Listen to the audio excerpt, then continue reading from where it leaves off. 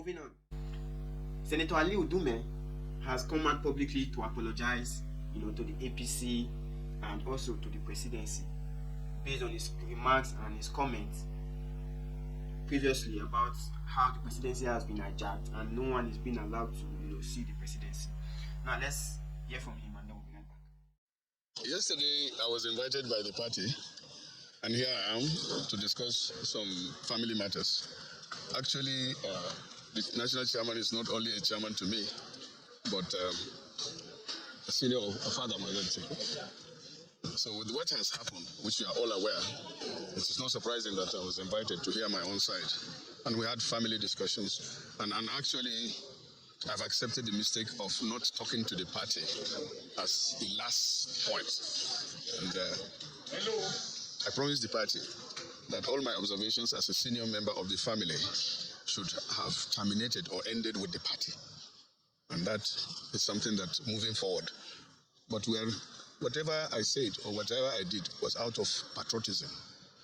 And those issues may be said strongly, but they are true. But then I should have talked to the party as the last bus stop. So you've seen him apologizing, and previously he was so emphatic on what he said. And he said he owes no allegiance to anyone, rather to the people who elected him into office. Now it is quite shocking to see how the narrative have changed suddenly, because he said in his remark that he was not scared of anyone. And after saying what he said, he was sacked as APC caucus leader, known as the chief whip, for that particular remark. Now this begs to question the society we live in. Whoever speaks truth to power is two things: either you are cancelled or they negotiate with you for your silence. The first thing they did to him when he made that his first remark, he was first of all cancelled. His status was stripped from him, knowing fully well that the allegiance of every government is to the people. So he was stripped of his title as the chief whip and as the APC caucus leader. And thereafter he was called, to the negotiation table. After negotiation, now he's not yet publicly apologizing to the people that he claimed are negligent of whatever is going on. So which is why it is very difficult to see someone who is not compromised in the Nigerian setting. Because whatever stand you decide to take in any issues arising or any matter arising, definitely it is either you are cancelled or you are called to the negotiation table, and if you cannot negotiate, you also be cancelled as well. So he was cancelled, gone back to the negotiation table. Now he's apologizing. We don't need his apology.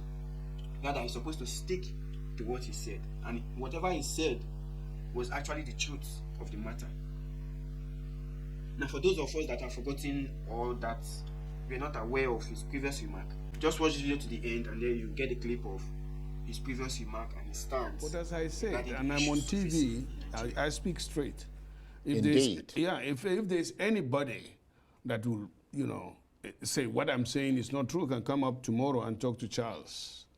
This government is going down, and that is because it's, yesterday I did not say it is taken over or polluted by plutocrats. No.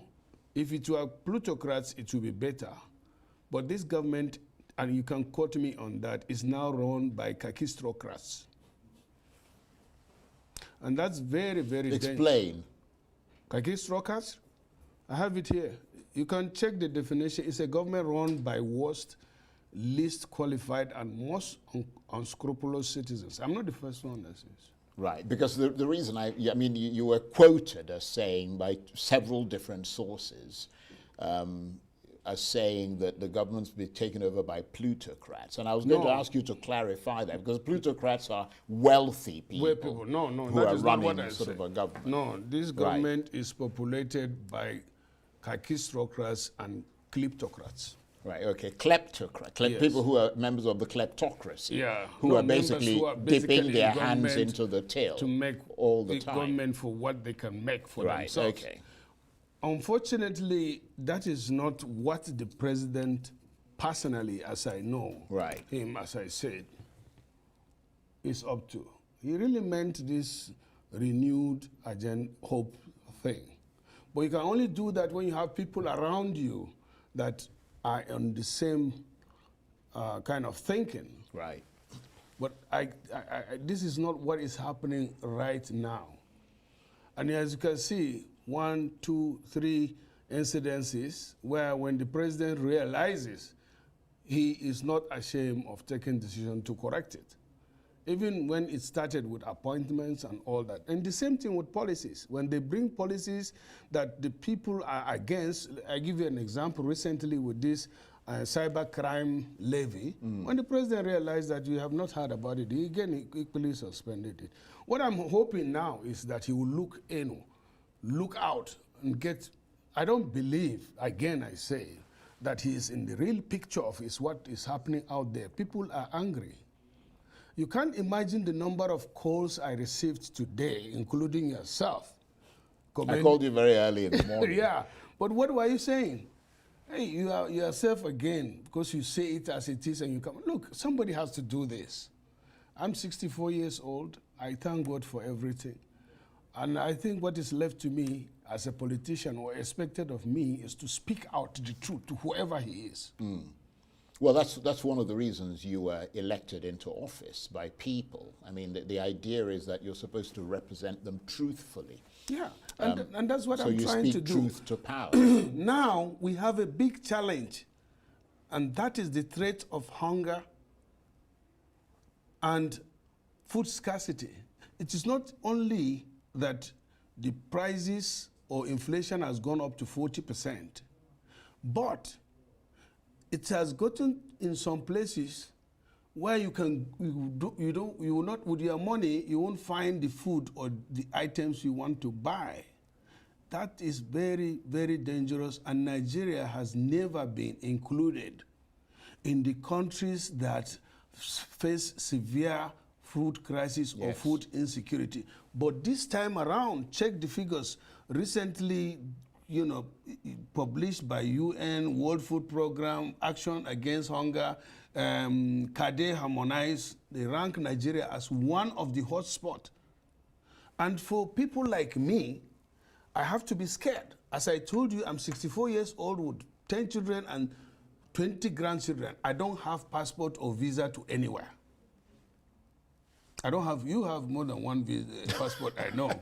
But what do you mean I have more than one? I know you We're stay not in talking London, about me, we're talking about you. You stay in Nigeria, you stay in London, and you can go to London tomorrow morning. I cannot do that because I don't have visa to anywhere. Yeah, but I'm sure you wouldn't have too much of a challenge getting a visa. No, you have you have to apply. No. But let's focus. So this is a very serious and scary situation, and most importantly, why I'm so scared is if those in power do not allow the president to know the magnitude or get informed about it so that they do something, then you get worried.